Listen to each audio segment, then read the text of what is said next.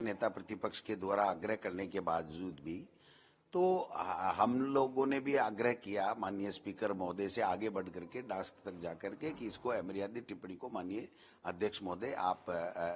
Expunge कराइए, लेकिन उन्होंने सदन स्थगित कर दिया और फिर उसके बाद में जो गतिरोध हुआ और 4 बजे के लगभग उन्होंने बिना कोई बात किए, बिना कोई नोटिस दिए, बिना कोई सजा सुनाए उन्होंने सीधी सजा कत्ल की सुना दी कि भाई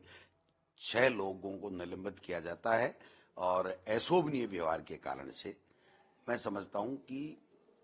ये परंपरा रही है यहाँ विधानसभा की कि इस प्रकार से जब कोई बात होती है तो आगे तक जाकर के विपक्ष के सदस्य जो है वो आग्रह करते रहे हैं, बार बार करते रहे हैं, लेकिन उसके बाद में 2 दिन तक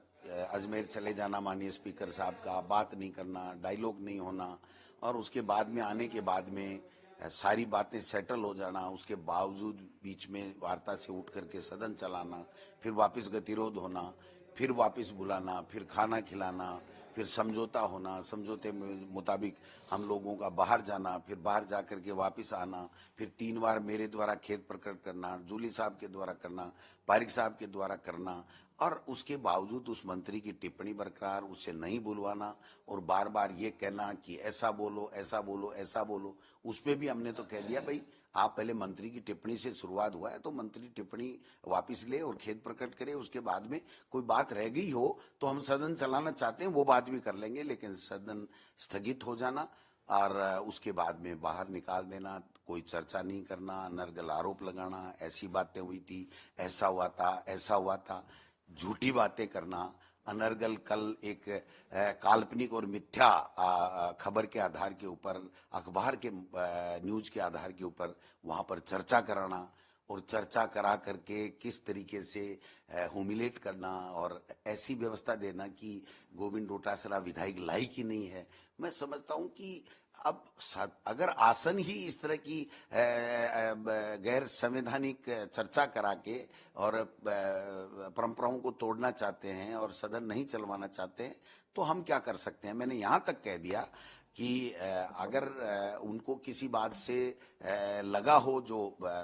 उनके कोई भ्रम हो गया हो या उनको किसी ने फीड कर दिया हो कि ऐसी बात होगी, तो मैं स्वयं जा करके उनके घर पे मेरे बड़े भाई की तरह है, मैं उनका भ्रम दूर कर सकता हूं या कोई बात हो तो उनको हर्ट हुआ हो तो खेद प्रकट कर सकता हूं। फिर भी नहीं चलाना, सदन नहीं चलाना, किसी को पलटू राम कहना, किसी को सल्टू राम कहना, किसी को ये कहना कि ये विधायक लायक ही नहीं है। मैं वसुंधरा राजे जी की सरकार के समय 2016 में मुझे बेस्ट एमएलए का अवार्ड मिला है, 4थी बार चुनाव जीत करके आया हूं। ये पिछली दफा ऐसे टास्क पे जाने के 1 दिन के लिए हुए थे, यही देवनानी साहब थे जो स्पीकर आज, और सीपी जोशी जी ने 1 दिन के लिए इनको बाहर निकाला था, इन्होंने खेद प्रकट नहीं किया था, 1 दिन बाहर चले गए। हमको बजट सत्र के लिए 6 को निकाल दिया बेवजह, और फिर भी हमने 3 बार खेद प्रकट कर लिया, हर बात के लिए कर लिया, संपूर्ण घटनाक्रम को अलग अलग बता के कर लिया। अब उसके बाद में मेरे समझ में नहीं आया कि वो मंत्री की टिप्पणी अभी तक भी वहां पर है और वो मंत्री खेद नहीं प्रकट कर रहा है। तो ये जो इनका आपस का जो आरएसएस का या मुख्यमंत्री जी का या स्पीकर का, मुख्यमंत्री जी का, किलोड़ी जी का या इनके मंत्रियों का जो आपस में गतिरोध है, जो आपस में नाराजगियां हैं, जो समन्वय नहीं होना है, वो हम पे भारी पड़ रहा है, विपक्ष पे, और विपक्ष के मुद्दों पे और जनता के मुद्दों पे भारी पड़ रहा है। इसलिए हम लोगों ने फिर आग्रह किया है कि भाई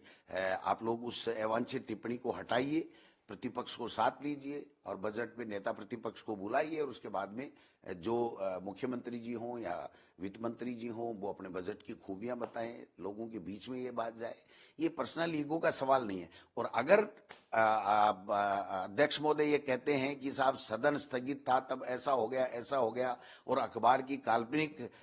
खबर के आधार के ऊपर वो अपना दुख प्रकट कर रहे हैं, वो भावुक हो रहे हैं, तो कल तो उन्होंने सारी मर्यादाओं को तार तार कर दिया कि गोविंद डोटासरा जो उस सदन का सदस्य है उसकी अनुपस्थिति में उसके लिए ये रिकॉर्ड में अंकित करा देना कि साहब वो विधायक लायक ही आदमी नहीं है। बेस्ट एमएलए आपकी बीजेपी की सरकार ने मुझे दिया और इस घटना को छोड़ करके आज तक कभी मेरा कोई निलंबन नहीं हुआ। इनका तो निलंबन मेरे से पहले हो गया और वो इस तरीके की बातें करके सदन में गतिरोध रखना चाहते हैं, ये अच्छी बात नहीं है। तो मैं तो यही निवेदन करूंगा कि सदन के नेता महोदय, मुख्यमंत्री जी हम सबके नेता हैं, पूरे सदन के नेता हैं, उनको आना चाहिए, बैठना चाहिए, कोई छोटी मोटी बात है तो फिर दोबारा बैठ करके कर लेनी चाहिए और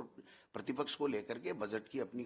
खूबियों को बताना चाहिए और हम उनमें कोई जो कमी खामियां हैं वो बताएंगे। ये अच्छा है, सदन जनता का है, जनता के लिए है, जनता के मुद्दों पे है। अनावश्यक टिप्पणी करके मंत्री अगर प्रवोक करके और सदन को बाधित करे और फिर उसके बाद में चर्चा नहीं करे, अनर्गल किसी को पलटू राम कह दो, किसी को सल्टू राम कह दो, भाई अब सत्ता के मद में हो, आप कुछ भी कह सकते हो, सत्ता भी आपकी है